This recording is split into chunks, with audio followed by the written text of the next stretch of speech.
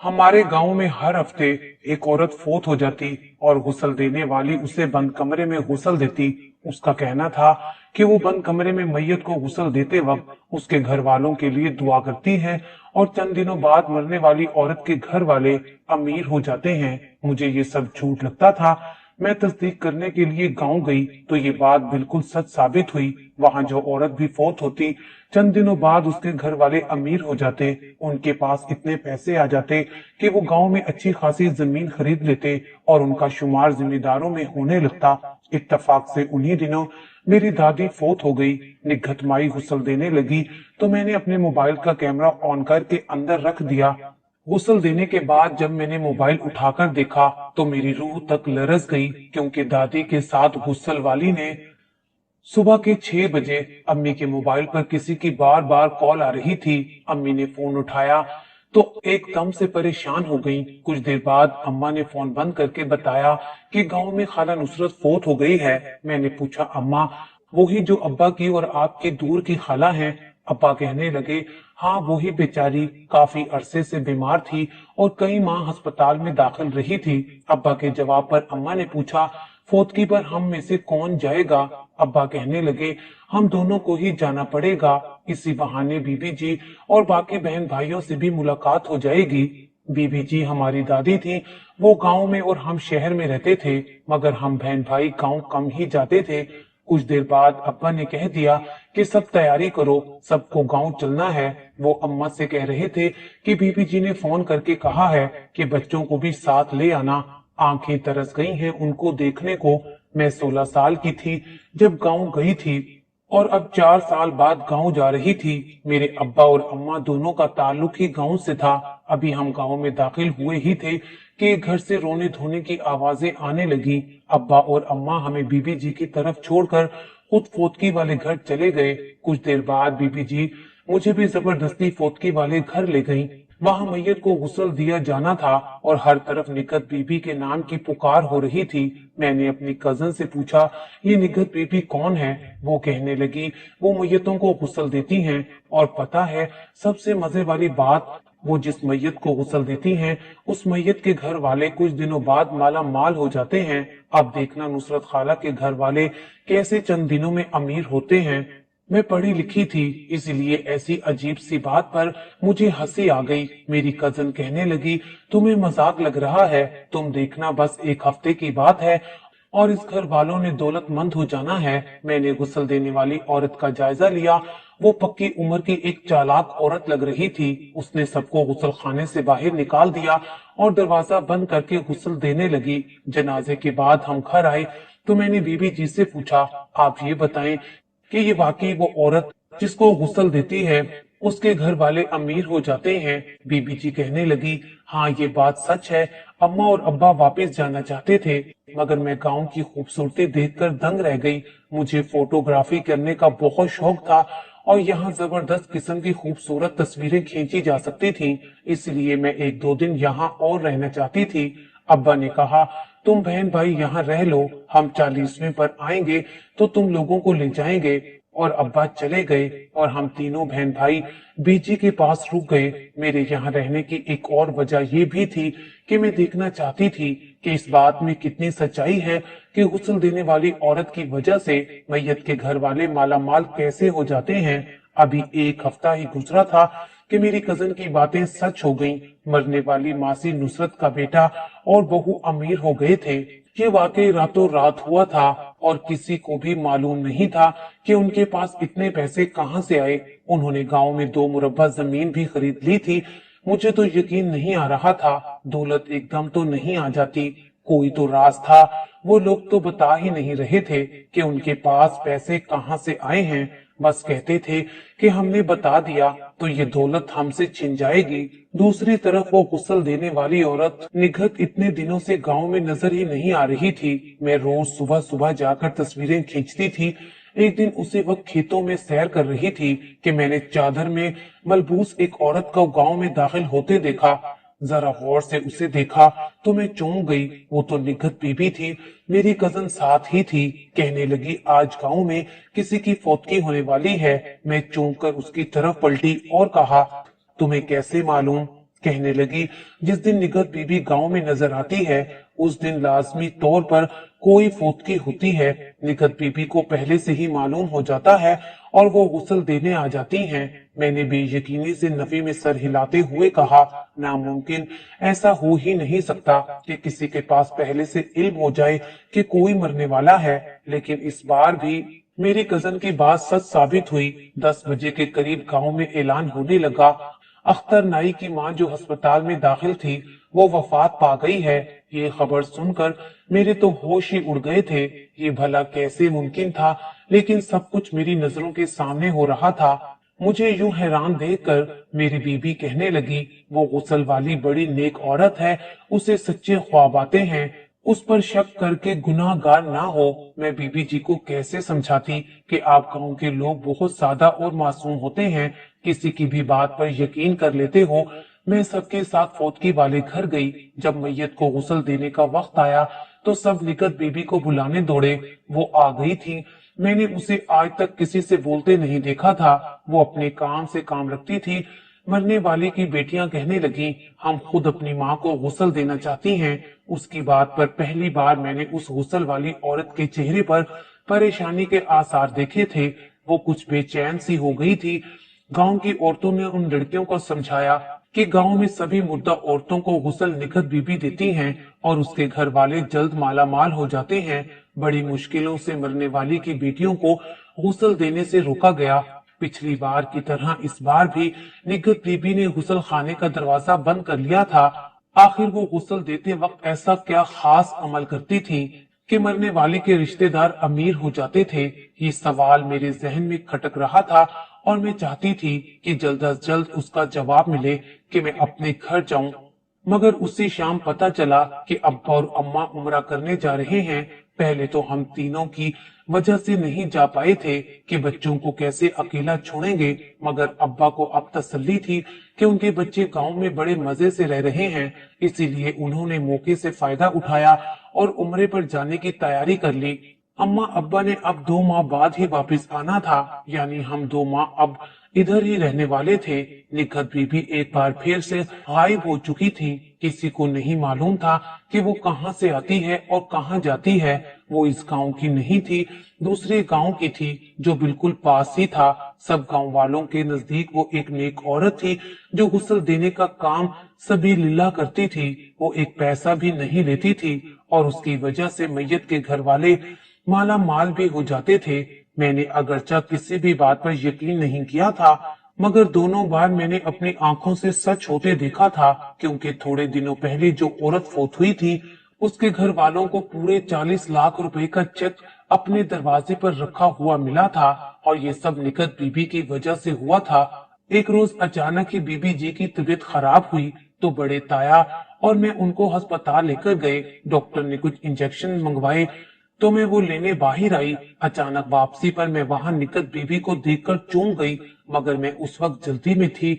बीबी जी को सांस का मसला हुआ था। डॉक्टर ने 3-4 दिन के लिए उन्हें दाखिल कर लिया था। बीबी जी की तरफ से सुकून हुआ तो मुझे उस गुस्ल वाली औरत का ख्याल आया कि वो यहाँ क्या कर रही है। मैंने ताया को घर भेज दिया कि मैं यहाँ बीबी जी के पास रहूं, आप शाम को आ जाइएगा। ताया चले गए। बीबी जी को वार्ड में शिफ्ट कर दिया गया था। शाम को चचा ने मुझे कहा कि तुम चाची के साथ घर चली जाओ। मैं और चाची घर जाने के लिए अस्पताल से बाहर निकले ही थे कि मैंने फिर से निगहत बीबी को देखा। वो अस्पताल से बाहर जा रही थी। मैंने सोचा हो सकता है वो भी किसी की इयादत करने आई हो, लेकिन अगले दिन फिर से उसे देखकर मैं चौंके बिना ना रह सकी। मैंने एक नर्स से उसको बातें करते देखा था। मैंने उस नर्स से पूछा, अभी आप किससे बातें कर रही थी?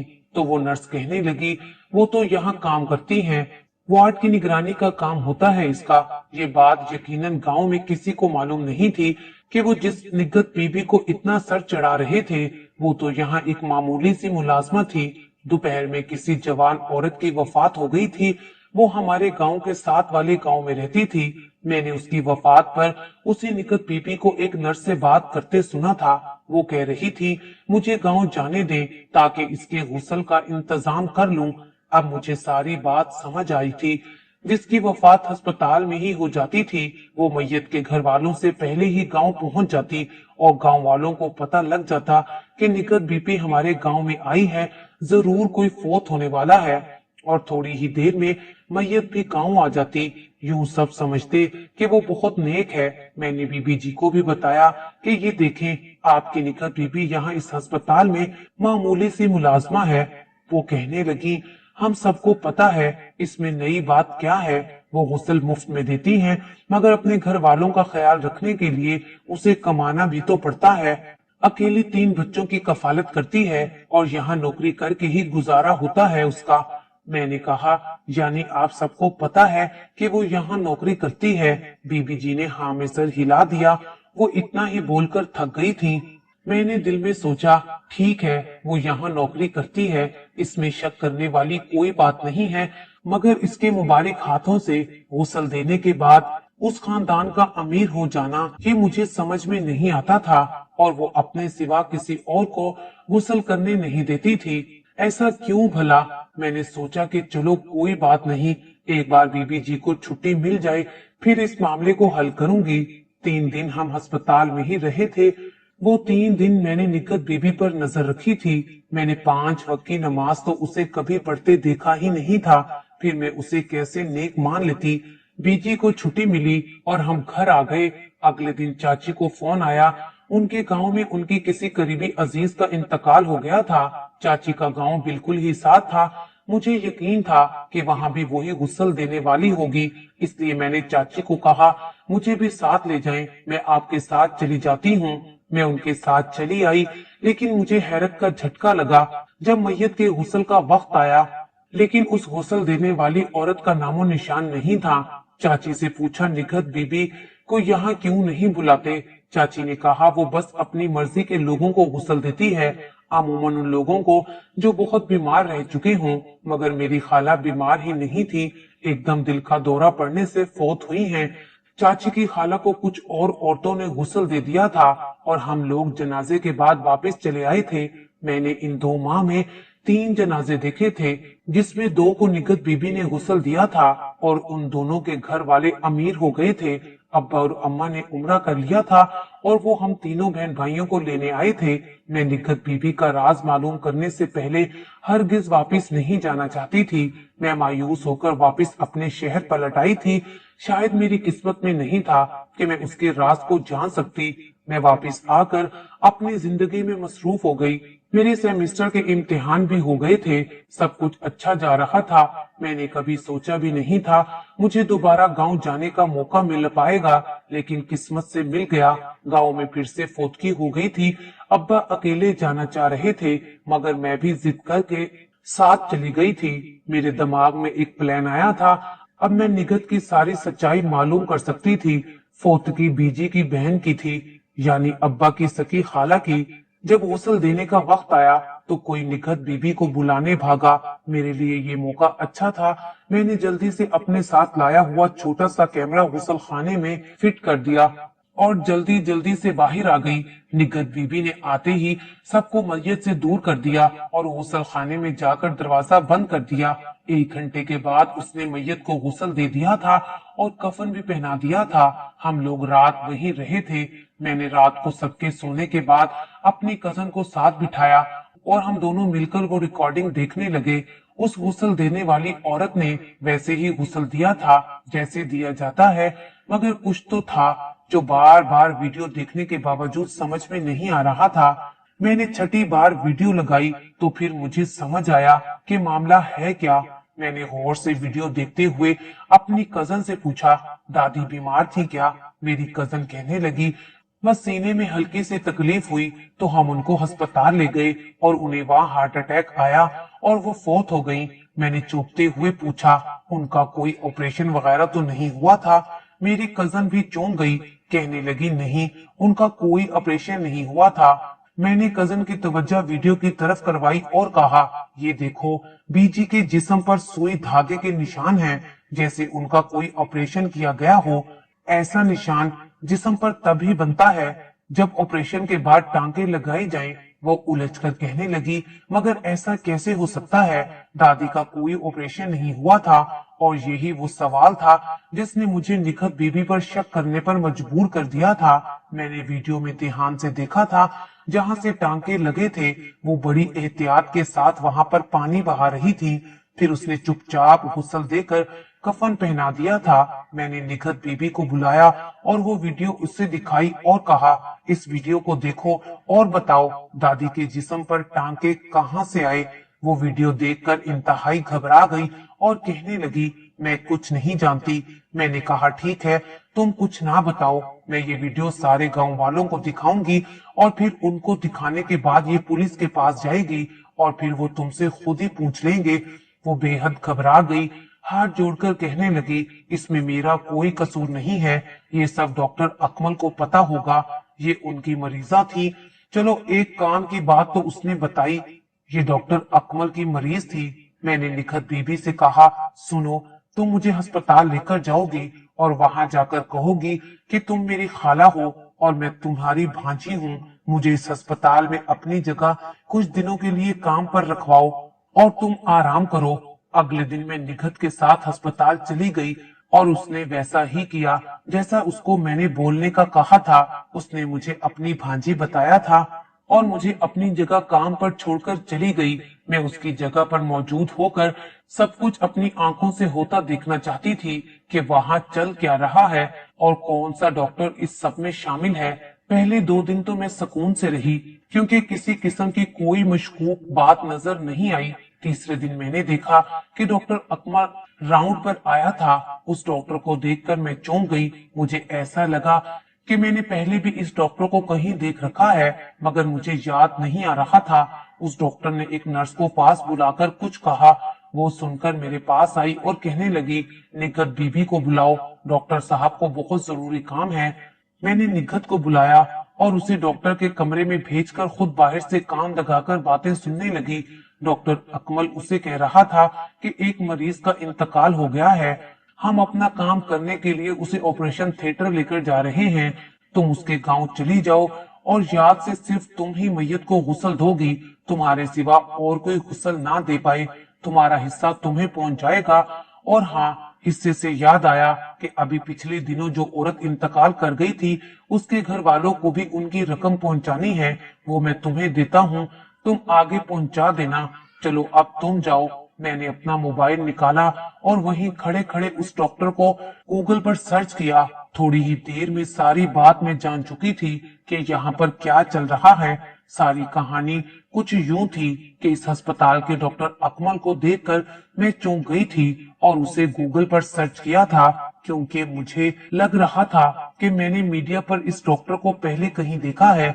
डॉक्टर अकमल को आज से 7 साल कबल एक केस में पकड़े जाने की वजह से कुछ माह की सजा भी हुई थी और उसका लाइसेंस भी मंसूख कर दिया गया था। जो हरकत करने की वजह से उस डॉक्टर को कुछ साल कबल निकाला गया था, उसने वही काम गांव में आकर शुरू कर दिया था।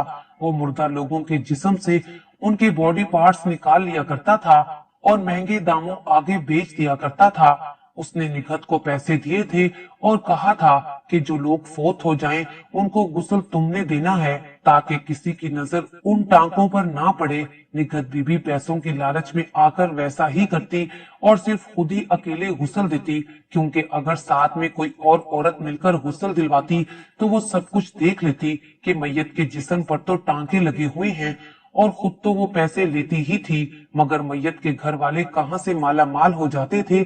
इसका जवाब ये था कि डॉक्टर अकमल मैयत के बॉडी पार्ट्स से जितने पैसे कमाते थे, उनमें से चंद लाख मैयत के घर वालों तक पहुंचा दिए जाते थे, क्योंकि वहां अस्पताल में उस मैयत के वर्षा से एक कागज पर दस्तखत करवा लिए जाते थे, जिनकी रूह से मरीज के लवाहिकैन खुद इजाजत दे रहे होते थे कि हम अपनी मर्जी से और खुशी से मरीज का ऑपरेशन करके दिल, गुर्दे और बाकी सारा सामान बेच रहे हैं। जबकि अनपढ़ देहातियों को कहाँ पढ़ना लिखना आता है, वो आराम से साइन कर देते इस तरह डॉक्टर अकमल खुद को महफूज कर लेते थे कि हमें तो मरीज के घर वालों ने खुद इजाजत दी है, फिर उन जिस्म के सेहतमंद अज़ा बड़े अस्पतालों में मुंह मांगी कीमत पर फरोख्त कर दिए जाते थे। मैंने ऑपरेशन थिएटर में कैमरा लगाकर उनके सारे कामों की वीडियो रिकॉर्ड कर ली थी। उनकी आपस की बातचीत तक उसमें रिकॉर्ड हो गई थी, जिसकी वजह से अब वो जेल की सलाखों के पीछे जाने वाले थे। इस सारी हकीकत को जान लेने के बाद मैंने पुलिस को बुलवाया था और सारे सबूत मैंने जो दिल लगाकर और दिन रात एक करके इकट्ठे किए थे वो उन्हें दे दिए थे। जितने डॉक्टर्स और नर्सेस इस काम में मुलविस थे सबको पुलिस ने पकड़ लिया था और अस्पताल को सील कर दिया गया था। ये सारा काम पिछले 3 सालों से बहुत कामयाबी से जारी था और शायद ऐसे ही जारी रहता अगर मैं ना गाँव जाती। मेरा वहां जाना शायद इसीलिए लिखा गया था कि इस सब जुल्म को मजीद होने से रोक सकूं। गांव वालों को जब अस्पताल और डॉक्टर साहब की हकीकत मालूम हुई तो वो भी सभी बहुत दुखी हुए, लेकिन उन्होंने मेरा शुक्रिया अदा किया कि मैंने सारे राजों से पर्दा हटा दिया था। कुछ दिनों बाद मैं शहर अपने घर आ गई थी और फिर से अपनी जिंदगी में मसरूफ हो गई थी।